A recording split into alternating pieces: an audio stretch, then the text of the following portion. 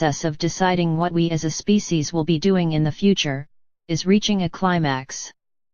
For this reason, this might be a good time to look at who the major players are and what their position is. First of all, let us look at the Hazarian/Nazi faction that took over control of the Europe, Japan, and the United States following the September 11, 2001 false flag attack in New York. This faction is led by George Bush Sr., David Rockefeller, and their lackeys. Their plan was to reduce the world's population by 90% through starvation, disease, and war. Ample proof of this has been provided to various police, military, and intelligence agencies around the world.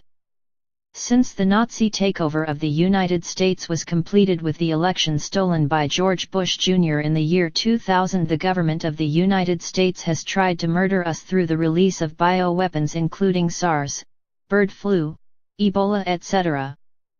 To engineer mass starvation, they released various crop diseases in the hope of devastating agricultural production. They also paid farmers around the world generous subsidies to produce bioethanol instead of food.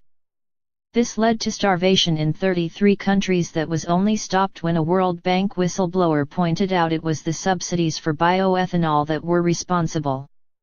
This group has also attempted to start nuclear war with manufactured incidents in North Korea, Iran, Syria, etc.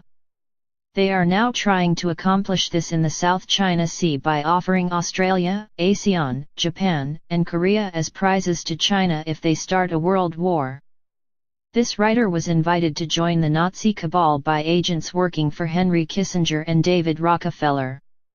They explained that it was necessary to kill 90% of human beings in order to save the environment. They also explained that most humans did not produce anything useful and were of inferior stock. The genetic quality of the human race could be raised by getting rid of these useless eaters, they explained. The members of this group are descended from a tribe of pastoralists known as the Hyksos who mastered the art of enslaving humans many thousands of years ago. They do this by controlling their food and information supply and by monopolizing organized violence, armies, police, secret services, etc. The real reason they wanted to kill 90% of the population was that they were afraid of losing control over the planet, as groups like the Chinese, the Muslims, and the Hindus, who were not under their control, grew in population and power. The Hyksos worship a goat-faced being with a forked tail known over the ages by such names as Set, Baal, Marduk, Lucifer, Satan, etc. They also practice human sacrifice, sometimes on a vast scale, such as in an engineered world war. There are probably no more than 1 million members of this group, but they occupy controlling positions in many institutions of government, finance, religion, media, etc. throughout the world. Many of them are erroneously labeled as Jews. To protect innocent people, we call them the Hazarian Mafia. The top members of this group now have a 1-ton bounty on each of their heads, and their names have been publicly listed up. The main factions opposing this group in the Western world are the Christians, members of the Jewish faith who worship Yahweh, as well as atheists who believe only in the Golden Rule. The elite members of this group tried to stop the planned massacre of useless eaters by proposing a carbon tax to raise funds to pay poor countries to preserve and expand their forests. The top people behind the global warming faction were from members of European aristocratic and royal families who supported Christian as opposed to satanic ideals. They lost the power struggle in 2000 when their man Al Gore had the presidential election stolen from him. The main problem with this group was that they created a lie about carbon caused global warming to promote their tax. Their carbon trading scheme was also riddled with fraud. Nonetheless, this group has considerable power exercised through the non-satanic part of the Freemasons together with the element of the Catholic Church who had not been taken over by the Satanists. This group managed to replace Pope Benedict XVI in 2013. His replacement, Pope Francis, immediately began purging the Catholic Church of pedophiles, cleaned up the Vatican Bank and reached deals with Cuba and Colombia to stop the flow of drug money to the Bush/Nazi faction of the CIA. There is talk of Francisco's involvement in Argentina's dirty war, but so far his actions show he is trying to do good.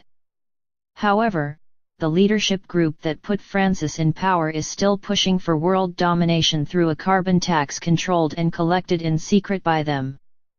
They will not succeed with this scheme because it is based on lies and remains fraudulent.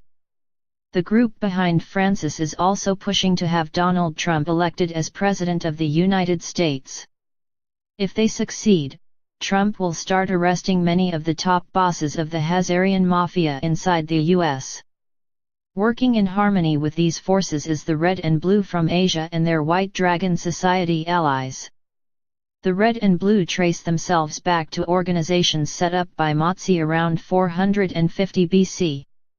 These groups allied themselves in the 1700s with the remnants of the Ming bureaucracy, army, and navy in a fight to overthrow the Manchu conquerors of China.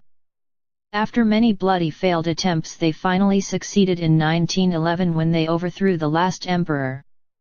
This group then went largely dormant. However, they came back into full war recently after they found proof the Bush regime had been spreading the bioweapon SARS in an attempt to kill the people of Asia. They also learned about the Hazarians' genocidal plans when they wiretapped the goings of at the Bohemian Grove after Bush Jr. came to power. The Red and Blue were later joined by the Dragon family, which is a confederation of the old royal families of the world.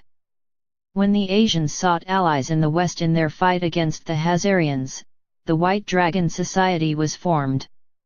The WDs is a loose coalition that has its roots in the ancient traditions of the West that supported doing good works of all sorts.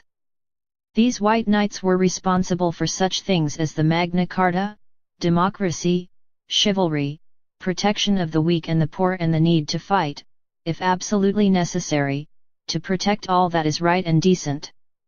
WD's members are now in control of most of the U.S. military-industrial complex with the exception of the mercenaries working for the Bush/Clinton Nazi mafia. The WD's works in tandem with the Russian security services, British secret services, Freemasons, the real Muslim secret societies, as opposed to the fake Muslim Hazarian-financed ISIS terrorists, Japanese secret societies, the Illuminati, the Italian white nobility, the royal families of Europe, various martial arts societies, etc., etc. The Hazarians have now been reduced to a few pockets of control in Washington, D.C., New York, Saudi Arabia, Israel, and a few rogue states.